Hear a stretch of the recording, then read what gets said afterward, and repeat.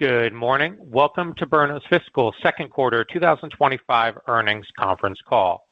My name is Daryl, and I will be your operator for today's call. Joining us for today's presentation are the company's CEO, Bryan Ganz, and CFO, Lauri Kearns. Following their remarks, we will open the call to questions. Earlier today, Byrna released results for its fiscal second quarter ended May 31st, 2025. A copy of the press release is available on the company's website. Before turning the call over to Bryan Ganz, Byrna Technologies Chief Executive Officer, I will read the Safe Harbor Statement. Some discussions held today include forward-looking statements. Actual results could differ materially from the statements made today. Please refer to Byrna's most recent 10-K and 10-Q filings for a more complete description of risk factors that could affect these projections and assumptions. The company assumes no obligation to update forward-looking statements as a result of new information, future events, or otherwise. As this call will include references to non-GAAP results, please see the press release in the Investors section of our website, ir.byrna.com, for further information regarding forward-looking statements and reconciliations of non-GAAP results to GAAP results. Now, I would like to turn the call over to Byrna's CEO, Bryan Ganz. Sir, please proceed. Thank you, Daryl, and thank you, everyone, for joining us today.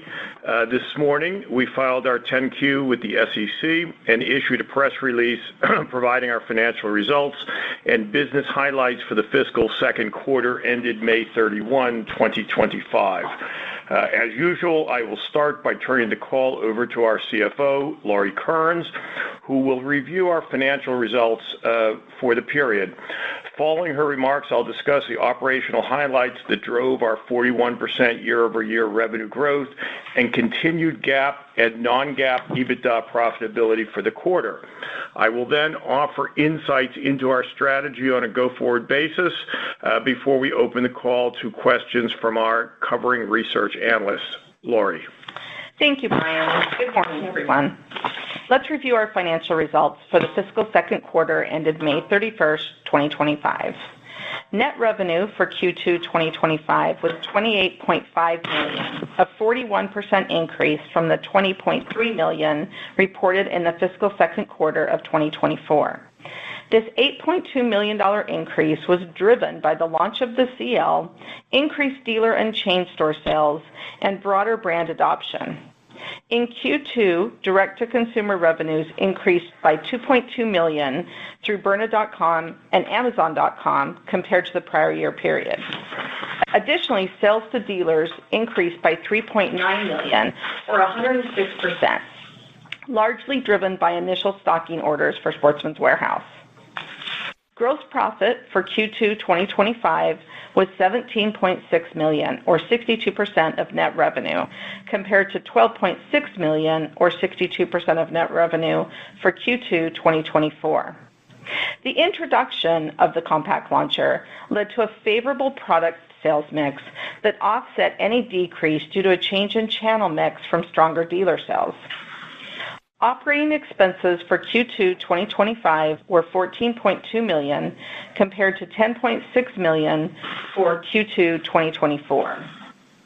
The increase in operating expenses was driven by increased variable selling expenses, discretionary marketing spend, and higher payroll costs, as well as some expenses directly related to the launch of the compact launcher.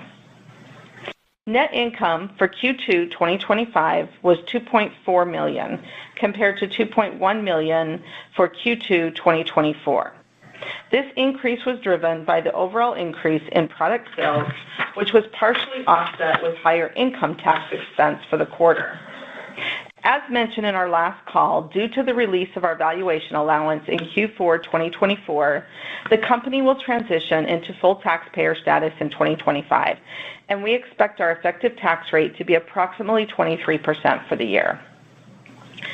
Adjusted EBITDA, a non-GAAP metric for Q2 2025, totaled $4.3 million compared to $2.8 million for Q2 2024. Cash equivalents, and marketable securities at May 31, 2025 totaled $13 million, compared to $25.7 million at November 30th, 2024. The decrease reflects the planned increase in inventory ahead of the compact launcher release and normal seasonal working capital movements. Inventory at May 31, 2025 totaled $32.3 million compared to $20 million at November 30, 2024. The company has no current or long-term debt. I'll now turn it back to Brian. Thanks, Lori. As our results demonstrate, the sales momentum from the launch of our compact launcher in May catapulted us to a new quarterly revenue record of $28.5 million. We achieved this significant 41% year-over-year growth despite the slowdown in consumer spending and the subdued sales in April that we saw while people waited for the launch of the compact launcher. It's important to note that we were able to achieve these record sales without yet selling the compact launcher on Amazon, which, as everyone knows, has been growing at a faster rate than Byrna.com. As of May 27th, however, the CL is now available on Amazon and is included in this week's Prime Day sales event. We believe that having the compact launcher on Amazon will significantly increase product visibility and will help support future sales growth. As a reminder, the fee on products sold through Amazon is 15%. That said, we are somewhat agnostic as to whether we sell through Amazon or Byrna.com, as our net margins are not that much different, as there are several areas of savings on Amazon, including no credit card fees, no Shopify fees, and lower outbound freight. Additionally, our advertising costs are significantly lower on Amazon. Lori spoke about Sportsman's Warehouse. That was another important driver for last quarter. It was a solid start to our partnership with Sportsman's Warehouse. Q2 dealer sales, as Lori mentioned, were up 106% or $3.9 million, with the bulk of that coming from Sportsman's initial stocking order, which drove $2.4 million of the $3.9 million increase in dealer sales. During the quarter, we launched 21 store-within-a-store locations, 14 of which have a Byrna-supplied shooting pod. Another 34 stores have Byrna's point-of-sale display, which is a four-sided fixture.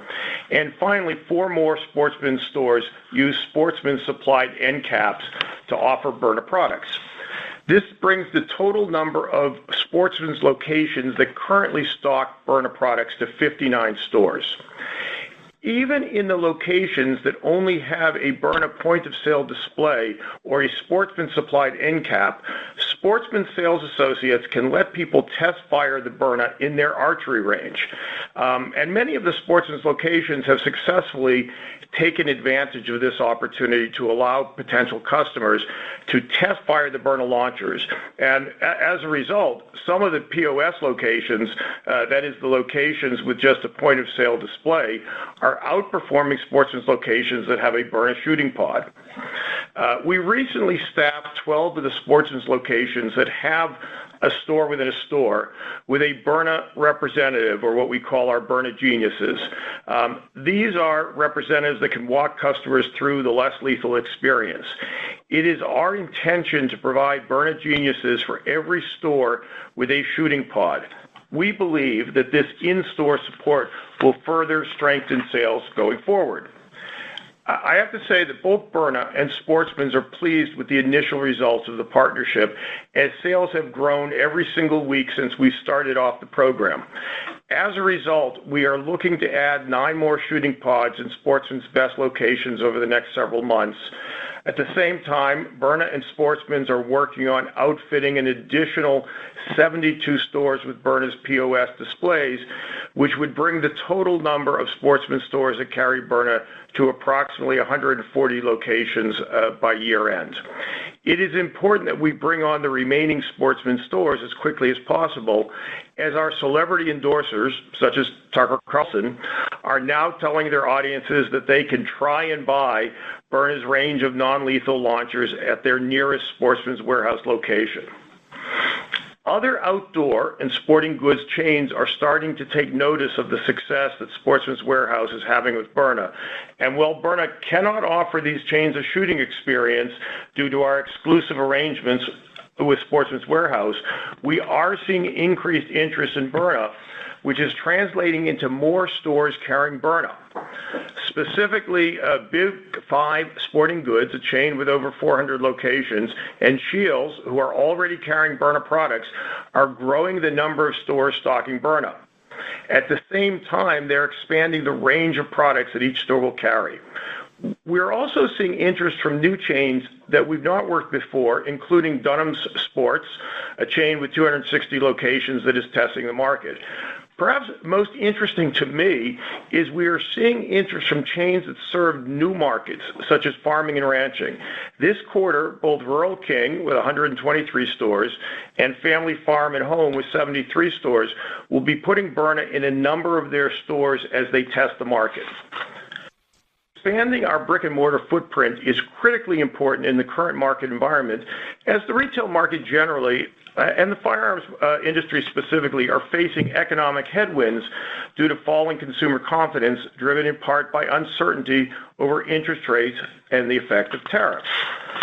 By growing the number of outdoor and sporting goods stores carrying Byrna, and by expanding the range of products that they carry, and perhaps most importantly, by expanding the markets that we're able to go after, such as the farm and ranch market, we can continue to grow our top and bottom line, even in the wake of a softer retail environment.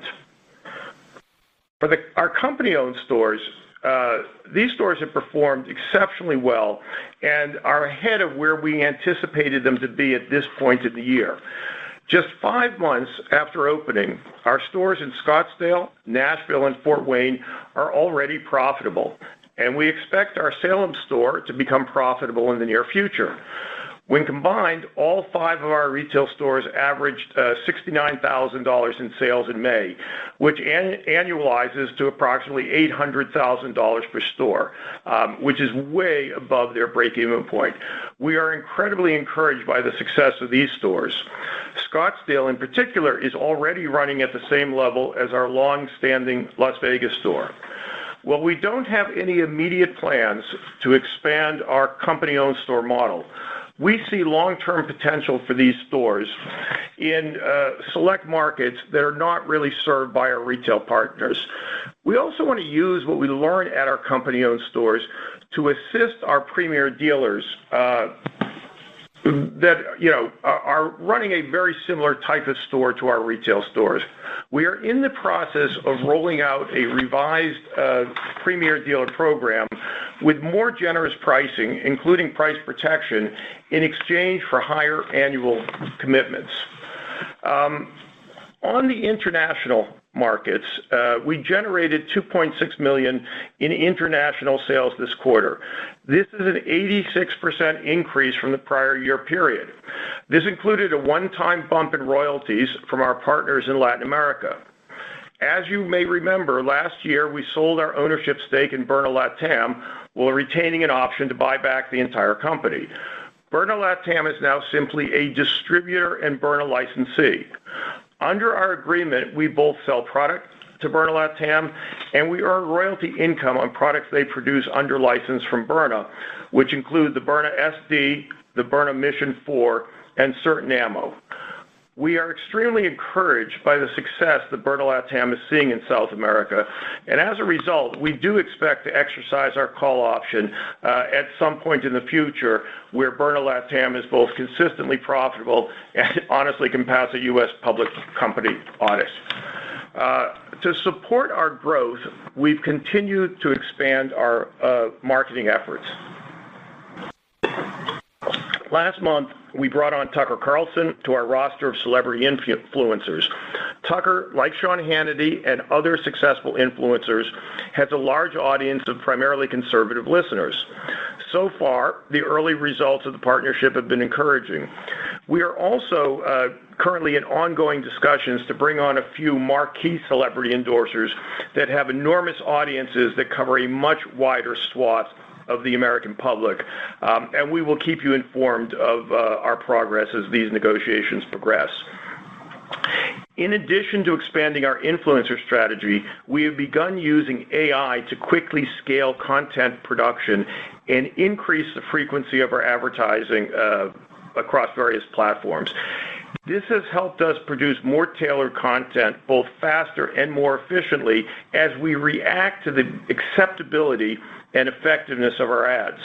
I am not sure if you've seen our new banana commercial, in which potential victims are carrying a banana rather than a Byrna. Not only does this allow us to get around the censors that won't permit advertising that shows a weapon, it is sufficiently intriguing to get people to come to our website to see what the Byrna really is. This piece of creative, which has proven extremely effective and is generating a very high ROAS, was produced entirely using AI programs, allowing us to produce a 30-second commercial in hours at essentially no cost that would have otherwise taken several months and would have cost several $100,000 to produce. Next month, we plan to introduce Byrna Care. Byrna Care will be a source of recurring revenue in which we will offer to replace the Byrna launcher, no questions asked, if it is lost, stolen, damaged, or confiscated. This will be our first foray into the recurring revenue model, which we hope to augment next year when we install a chipset in the CL that will be able to contact the authorities in the event that the launcher is used in self-defense. We also saw an uptick this quarter during the ICE protests in June. As many television news stations were covering events, less lethal was at the forefront of the national conversation, and Byrna naturally appeared as a trusted leader in this space. These type of events further normalize the less lethal market and highlight Byrna's role in the personal safety market. The continued normalization of our product category generally, and of Byrna specifically, has allowed us to garner significant earned media. In fact, last night I was on the NBC Evening News to discuss tariffs, which drove thousands of incremental sessions. The night before I was on Fox News, also discussing tariffs. As we move into the second half of the year, we are actively working to keep our production in line with demand. Ahead of the compact launcher debut, production was running at 24,000 units a month as we work to build up inventory. We now have a solid inventory position in place. We've reduced production to a steady state of 15,000 units per month across all of our various launchers, and we have the ability to adjust to changes in demand on a real-time basis. Following the compact launcher debut, we've seen what we expected, which is some cannibalization of the LE launcher, given the relatively small price difference between the LE at $479 and the compact launcher at $549. This has caused customers to gravitate to the compact launcher. Honestly, the compact launcher has better margins, so we're just as happy to see people gravitating away from the LE to the CL. The CL, in fact, is 38% smaller, 36% lighter than the Byrna SD, our entry point launcher, yet it is just as powerful in terms of energy density or joules per square inch as our most powerful launcher, the Byrna LE. It's also 27% narrower than our current pistols, which make it ideal to conceal carry. As I said, we don't really mind the cannibalization as the CL helps our margins with a 7 to 8 percentage point advantage over the other launchers. Additionally, we've shifted production away from traditional assembly lines to a more efficient assembly pod-based manufacturing system, which is reducing our labor requirements and improving our first pass yield. This initiative, along with our onshoring or reshoring initiatives, is improving, as I said, first pass yield, reducing manufacturing variances, and improving quality. Looking ahead, while we expect consumer sentiment to remain subdued, which may impact what I refer to as same-store sales, I believe that we will continue to grow our top line between 25% and 40% as a result of more stores carrying an increasing array of Byrna products and as a result of the continued normalization of our product category and the impact of earned media. We also plan to roll out several variations of our new CL launcher, both up and down the pricing spectrum, as we target a broader demographic. This is going to result in our cash position rebounding quickly as our inventory levels normalize over the coming months and quarters. Well, the third quarter is typically a slower period for Byrna. We continue to focus on executing against operational priorities, expanding market awareness, and setting the stage for a strong finish to the year. That concludes my prepared remarks. Daryl, I'll turn it back to you for questions. Thank you. The company will now be taking questions from sell-side analysts. If you would like to ask a question, please press star one on your telephone keypad. A confirmation tone will indicate your line is in the question queue. You may press star two to remove yourself from the queue. For participants using speaker equipment, it may be necessary to pick up your handset before pressing the star keys. One moment, please, while we poll for questions. Our first questions come from the line of Matt Koranda with Roth Capital Partners. Please proceed with your questions. Hey, guys. Good morning. Maybe just wanted to start off with the June trends that you mentioned, Brian, in your prepared remarks. I think you said maybe you saw some strength around the civil unrest that we saw in June. Maybe could you give us a sense for growth in June and quarter to date? And I think you mentioned at the end of your prepared remarks there, 25 to 40% is sort of the sustained growth rate you expect. Is that sort of the range we can kind of pencil in for the near term? Yeah, Matt, thanks for the question. We did see strength during the week where the riots were occurring in Los Angeles, but that's not surprising. Whenever there is civil unrest, we see much stronger sales. I would say during that week, sales were probably up by 40% versus the prior week. That said, it's a very transitory trend. It happened that week during the riots, and then sales returned exactly to where they were before the riots. You can use 25 to 40%. Last quarter, we were up 41%, slightly more, but I think 25 to 40% is a very good range for the year. So yeah, I would work with that. Again, as I said, there is some softness that we're seeing in the market, and that other CEOs that I speak to are seeing in the market. That said, we are growing dramatically in terms of our distribution channel, the number of celebrity endorsers, and the places where you can buy Byrna. So I think even in a softer market, 25 to 40% is a safe bet. Okay, fair enough. And then maybe just since you mentioned softness in the prepared remarks and here in the Q&A, curious, where do you see that showing up, I guess? Is that like in between promotional periods where you're on promotion with some of the launchers? Is that a trade down into sort of maybe the SD from people that might have bought the CL? Just curious maybe if you could expand on the comments there. Sure. We are a very, very data-driven company. We analyze in great detail the activity of all of the people that come onto our website, how much time they spend on a page, what pages they look at, abandoned cart rates. What we're seeing are indications inside our numbers that, for example, we're seeing a slightly higher level of abandoned carts. There's a little bit of, sticker shock when people are seeing pricing. So although we are seeing growth, and on the surface it looks like, there's no issues, you can see underlying in terms of some of the particular statistics of people's activity on the website that it's softer. And also we're just seeing this and talking to our customers that, the market is a little bit softer right now. And I don't think that's a surprise to anybody. That said, we're also in the summer, and, in our industry, there's kind of the dog days of summer. So this is a traditionally slower quarter. Nevertheless, we do expect to see significant growth this quarter. Okay, fair enough. And then maybe just last one from me.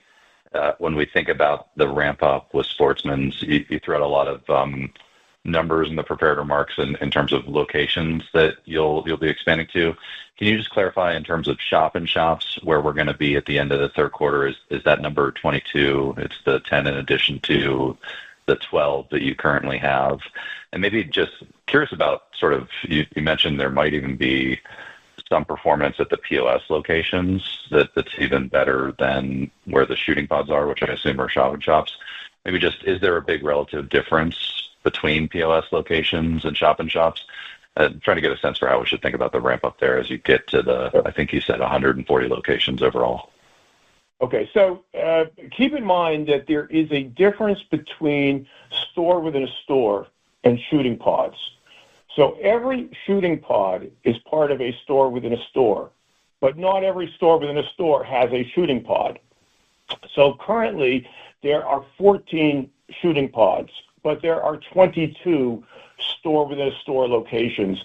The ones that don't have a shooting pod have a whole Byrna store, but they use the archery range for the try before you buy experience. We have an additional 9 shooting pods that have been constructed that are going to be shipped to Sportsman's that will be installed in their best locations. So they will go from 24 store within a store to 33 store within a store, of which there will be 14 plus the 9, there'll be 23 shooting pod locations. The other locations have just this point of sale display. So there is no, shelving and store experience, but there's a point of sale display and there is an archery range. So in some of these stores with point of sale display and the archery range, we are seeing them actually outperform some of the other locations that have a store within a store. Now, obviously, we need to understand why. Is it a function of these are just better Sportsman's locations? They have more traffic. Is it a function of the personnel? Are they simply better salespeople and they're getting people into the archery range? We are in the process of putting people on the road, going to all of the Sportsman's locations to really spend time understanding understand the operational effectiveness of each of the stores, both those stores that are doing well and those stores that are not doing well. We are also providing spiffs to the store employees to give them some incentive to sell the Byrna product, because look for Sportsman's and Bass Pro and Big 5, they are in the business of filling demand. They are not in the business of creating demand. Byrna is in the business of creating demand. So the thing that's interesting for Sportsman's Warehouse and for the other locations is they have an opportunity to sell to customers that may have walked into the store not even knowing what Byrna is, not thinking about buying a Byrna. They have an opportunity to take their existing customer and augment the lifetime value of that customer. To do that, we need an educated sales force. We need a motivated sales force. That's the purpose of, 1, providing Byrna Geniuses, and 2, spiffing the sales personnel. So we are in the very, very early innings of this program with Sportsman's Warehouse. I do not see any reason, honestly, why these locations that have hundreds of people a day coming into them cannot be as effective as our retail stores, which have, tens of people a day coming into them. So, we're doing $800,000 annually on average with our retail stores, that are in a strip mall and have a dozen people walking in the front door. We certainly should be able to do $300,000, $400,000, $500,000 a day in the, certainly in the bigger Sportsman's stores. But it's not going to happen overnight. It is going to take some work as we educate the sales team, as we build out the stores. But we do expect to have in probably 140 of the 146 stores, and in virtually all the major Sportsman stores, we do expect to have Byrna presence, whether it's the form of a POS display or whether it's a store within a store that uses an archery range or whether it's a store within a store that uses a shooting pod, we will be in essentially all of the Sportsman stores by the end of the year. Okay, super clear and very helpful. I'll leave it there. Thank you. Our next questions come from the line of Jeff Van Sinderen with B. Riley Securities. Please proceed with your questions. Good morning, everyone. Little bit of a tough question, but wondering how you're thinking about the evolution of channel mix in second half with all the moving parts. You know, as I said, we are seeing, and in Q2, we saw our fastest growth in brick and mortar. We think brick and mortar will continue to be the faster growing segment of Byrna. Within the DTC segment of the business, the online segment of the business, we expect Amazon to continue to grow at a faster rate than Byrna. When we talk about DTC, one of the things we didn't really focus on is that Sportsman's also has a DTC operation. And whereas Byrna has a million plus visitors a month coming to our website, Sportsman's has 7.5 million people a month coming to their website. We are really expert in DTC operations. This is not Sportsman's primary focus. For them, DTC is generally people that order a firearm and then have to go to a Sportsman's to pick it up. So our team is working very closely with the Sportsman's team to help them really, improve their online presence, particularly for Byrna, because they have access to 7.5 million people a month that, probably very little overlap with the million people a month that we have access to. So there's a huge untapped market for Byrna through the Sportsman's Warehouse e-commerce effort. So again, I think we're going to see faster growth in brick and mortar than we see online. With the online segment, we'll see faster growth with Amazon than with Byrna. And I do think sort of the wild card will be Sportsman's. Is this going to be, a few sales a day, or is this going to be, 100 sales a day? The jury is out right now, but I think there's enormous potential there.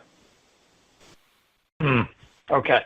And then in Sportsman's, just a point of clarification, the stores with the pods, I know there's moving parts too with more pods coming in, but the stores with the pods versus the archery ranges, just I wasn't clear on the performance there. Were you saying that the archery range performance was sometimes greater than the store with the pod performance?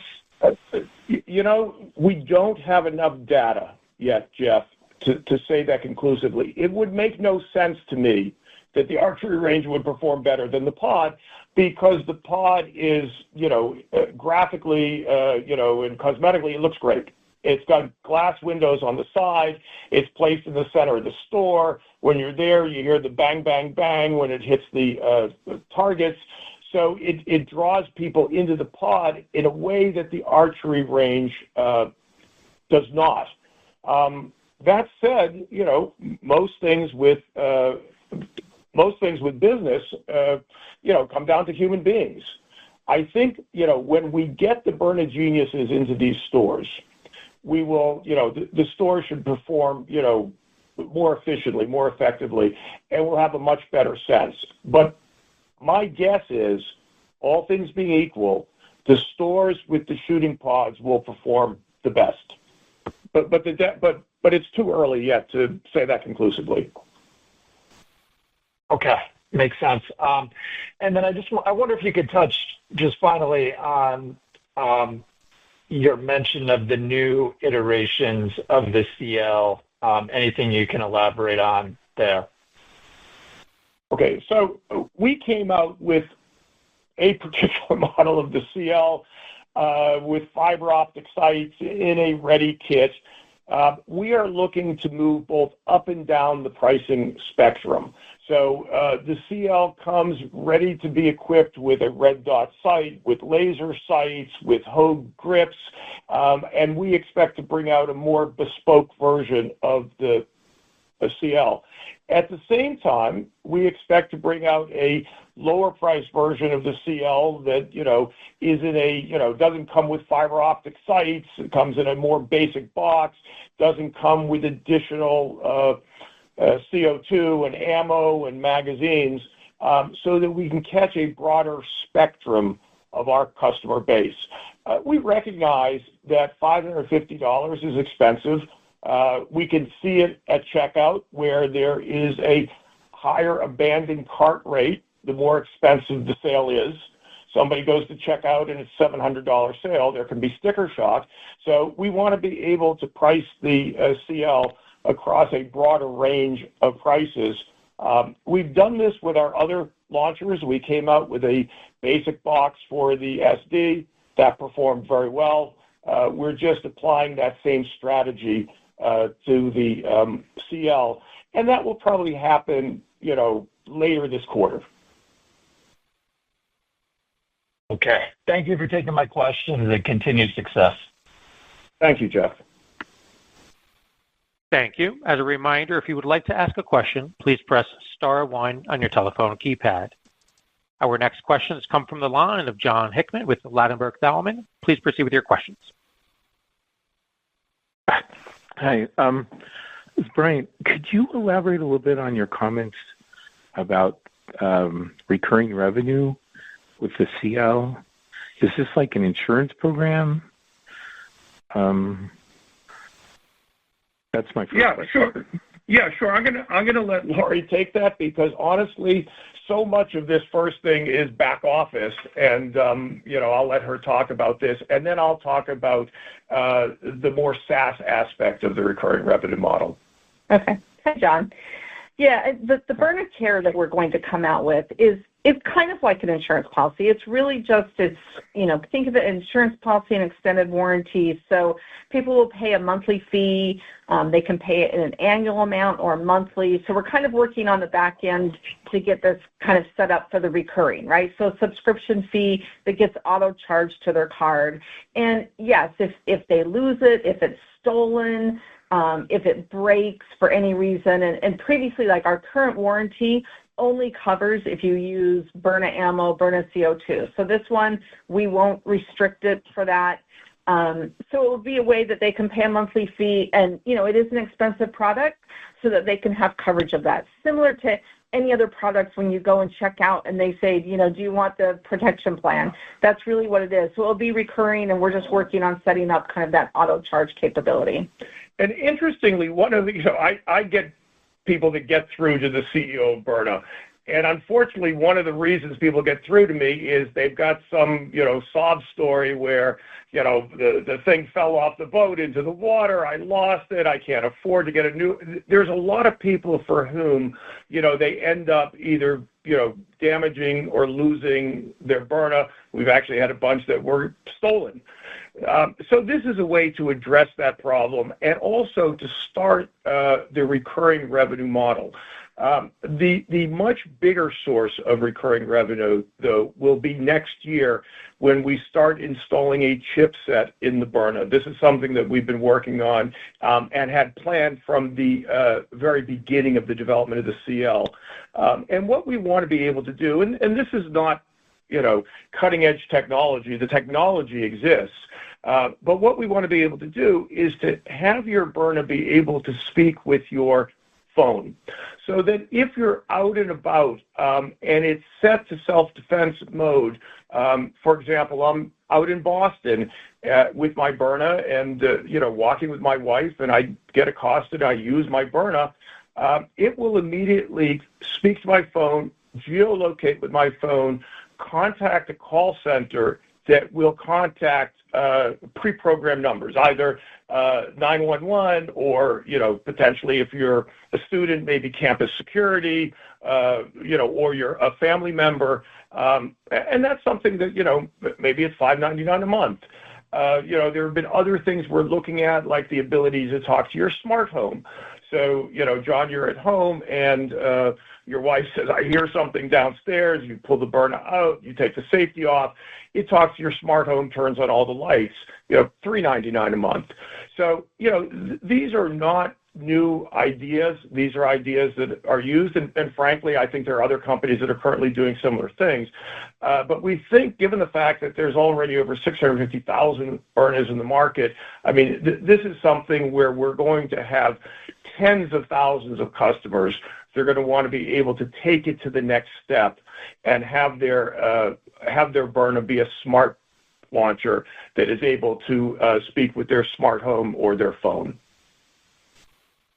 Okay, thanks. Lori, could you also elaborate? It sounds like from Brian's remarks that there are some cost savings that are non-recurring costs due to the launch of the CL and inventory and the ramp in the manufacturing that now is cited. Can you help us out with our, kind of model for the coming quarter as far as the expenses go? Sure, John. So really the expenses, we had a few $100,000 of extra expenses in the quarter just specifically because of the compact launcher release. That being said, it'll really be probably replaced in Q3 with increased marketing spend. As we move through the year, we increase our marketing spend. So I don't know that you'll see a much change on the OpEx. On the inventory side of things, we did use a lot of cash to build our inventory. As you saw, it's kind of a record high inventory at the end of the quarter. And we've reduced our production, and we expect through the balance of this year to start to pull that inventory levels down and increase our cash position. Okay, I got that. Now, let's see. I have census. Could you elaborate on why you think the Scottsdale store is doing so well, kind of vis-a-vis expectations in your other stores or your other experiences? First, it's a great location. It's a very, very heavily trafficked street. I think the traffic on that street is probably 2x the traffic on the streets in front of our other stores. Secondly, it's just a good market. Scottsdale has, got a lot of people with our demographic, gun owners, more conservative population. It is a wealthy community. And there's always, part of it is the human element. We have a couple of very good salespeople in Scottsdale, and, it's telling us that we've got to continue to find good salespeople in all of our various stores. But it is encouraging for us to see that there wasn't something unique about Las Vegas. Our biggest concern with Las Vegas doing well is it just people that won 10 grand at the craps table last night that went in and bought a launcher? And the answer is no. All of the stores have done well. I'll tell you, the little engine that could, though, is Fort Wayne. Fort Wayne is a relatively small community. It is not a particularly wealthy community. It is doing extremely well. It's even outperforming the Salem store, despite the fact that its footprint is probably half of what the Salem store is. There's a lot of factors with each store, but overall, the performance is extremely encouraging. And it's encouraging not just for our retail stores. It's encouraging for what we can do with premier dealers. It's encouraging for what we should be able to do at Sportsman's Warehouse. It's telling us that this model works. Okay. Hey, thanks. That's it for me. Thanks, John. Thank you. At this time, this concludes our question and answer session. I'd now like to turn the call back over to Mr. Gans for his closing remarks. Daryl, thank you very much, and I just want to thank all of our investors and customers for their support, and we will keep you apprised of our progress. Thank you very much. Thank you for joining us today for Byrna's fiscal second quarter 2025 conference call. You may now disconnect.